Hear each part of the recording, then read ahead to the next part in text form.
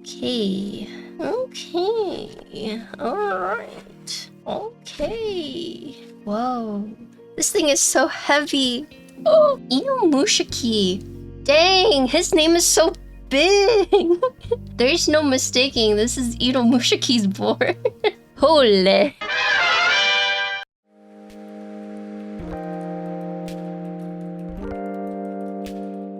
So this thing weighs a bajillion pounds, like it's very heavy. This was sent to me from Alex Otos. This is the ASCII-F Proto V3. E-beige top, brass bottom. Today we are building the ASCII-F by enomooshiKEY, who is one of my mods, one of my good friends. So currently this is live on what? Zenclack and Prototypist?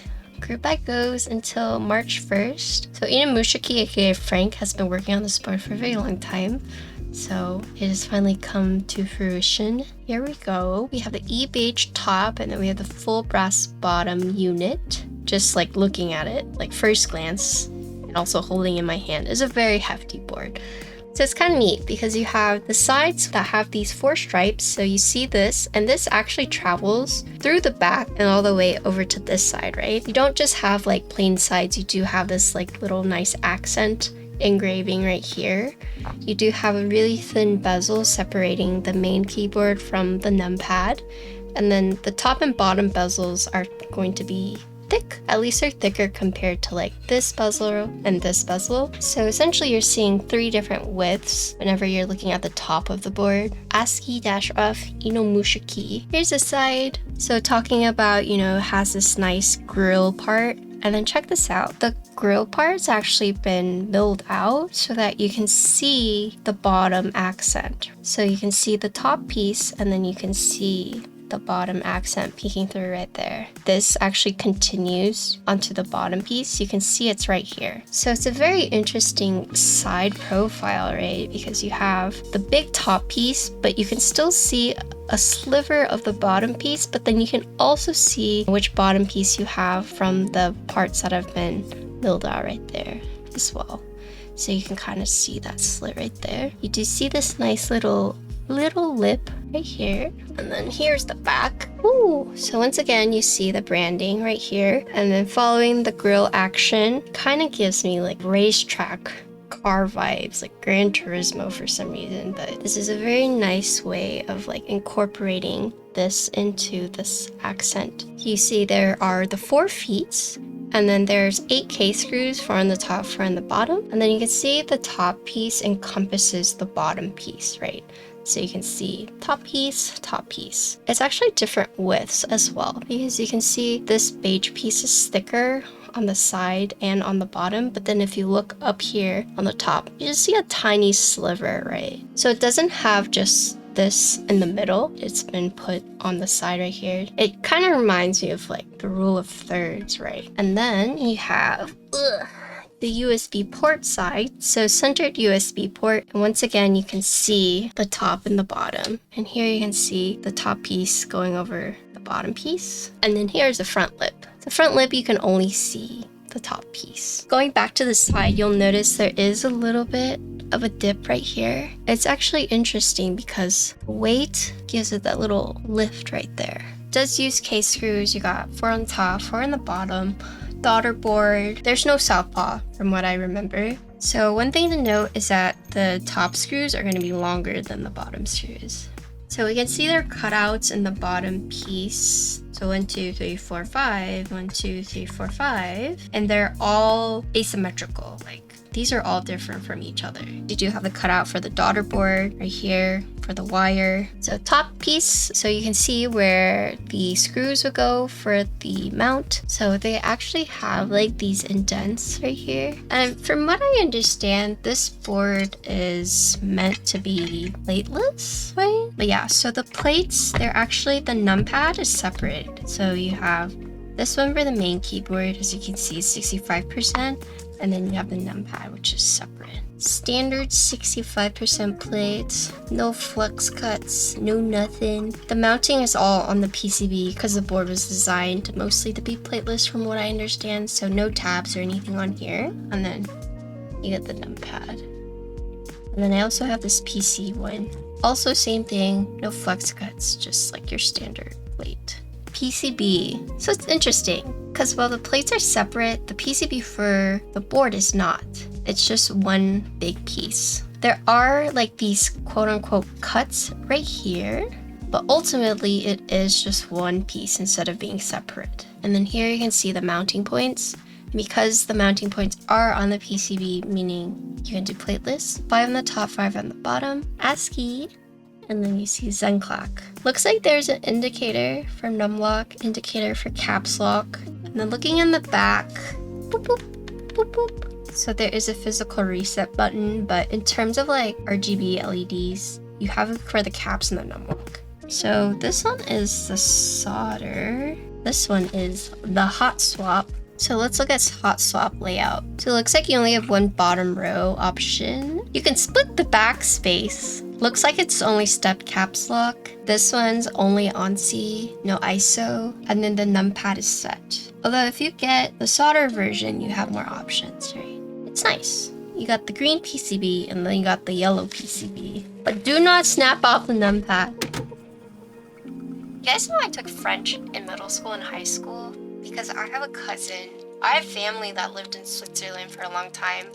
So it's kind of unfortunate because my cousins from my dad's side knew Cantonese and French. And then you have me, I know Mandarin and English, right? And so my cousin like started learning English so she could talk to me. And then I started learning French so I could talk to her. But yeah, it definitely was like so close yet so far, yeah.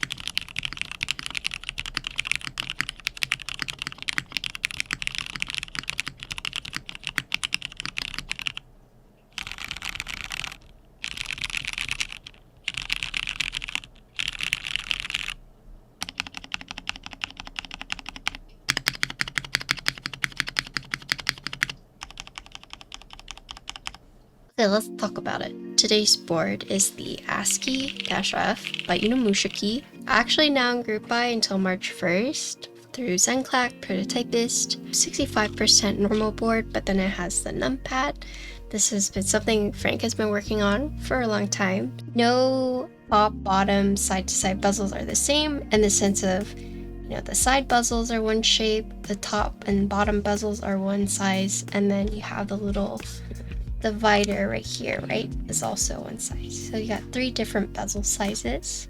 You do see this like milled out part on the side, right? It's not southpaw, so it's on this side. I want to say the board has like no harsh corners, but then the stripes kind of do have like the sharp corners. So if you look at the side, you see how it's the slope. So these different stripes have like different depths to them. These side ones are going to be all uniform, but then because this bottom piece is slanted, you can see they have like different depths. So this top one is going to be the deepest one. So a few things about this board is that it's PCB top mounted. There are screw points on the top case and they're all in different places. So there's actually 5 mounting points on top and then 5 on the bottom, so a total of 10. The mounting tabs are on the PCB, meaning that this board can do plateless, right? For plateless, do solder. Would not recommend hot swap plateless. So I guess one thing that we learned while building this unit is that, at least for mine with the brass bottom, there was ping, so we had to do a force break mod. I think there's been one other reviewer keyboard who said that there was some resonance, so he also did like the force break. I don't know if the ping is in isolation with the brass unit, but that's something like Frank will have to figure out. But I think he mentioned something like potentially including like force break tape with the board, just for your guys' reference. But there's been other creators who have built this unit and haven't experienced the same thing that I did. So it's gonna be up to Frank to kind of like isolate or figure out like where that's coming from. But at least for my builds, once we did the force break, it sounded a lot better. Oh, I didn't mention how much this keyboard is, but this keyboard starts at $250. Probably a good thing to mention. There's gonna be 4 colors. You have black, e-beige, e-white, and a silver. And then for the bottom material, right, you can do alu silver, brass bottom, or you can do alu black. So you have PC, FR4 PP, and an alu plate, right? The solder one you can't do all 1U artisans like so. So hot swap, the only thing you can do is split the backspace, but solder you can do like a bunch of things. Then there's also wrist rest. If you want a wrist rest, also comes with 4 colors that you can get with the board. And so similar to what we saw on the back, it's the same thing right here. But now this is on like the bottom right here instead of like on the top as you would see on the back. So you got the wrist rest for $50. This group buy is live until, but yeah, if you're interested in this board, live until March 1st. But yeah, thanks Frank for sending this out to me. I should mention that group buy is not over yet, so it's still running. As these boards are being sent to reviewers to make like their comments, Frank will then adapt to what he needs to do to make sure that the board is ready for production units. While today we figured out like that this unit needed the force break, don't let that like deter you or anything. The board is very much 90-95% complete, but there's just like some fine tuning that needs to be done. Trust in Frank to like address that. That's the reason why we build and review boards on stream, to kind of give designers, feedback and input they need to really make sure that this board is like good for you guys. Plus, this board, as a disclaimer, was designed to be plateless, as you can see the PCB mounts. So if you're a plateless sucker like me, obviously don't build it with Nixies, but plateless is very nice, so maybe I'm a little biased. And then I didn't get the wrist rest, so I can't comment too much on that, but the board did feel very comfortable regardless, right? But yeah, thanks Frank. Please consider this. It's a very nice board.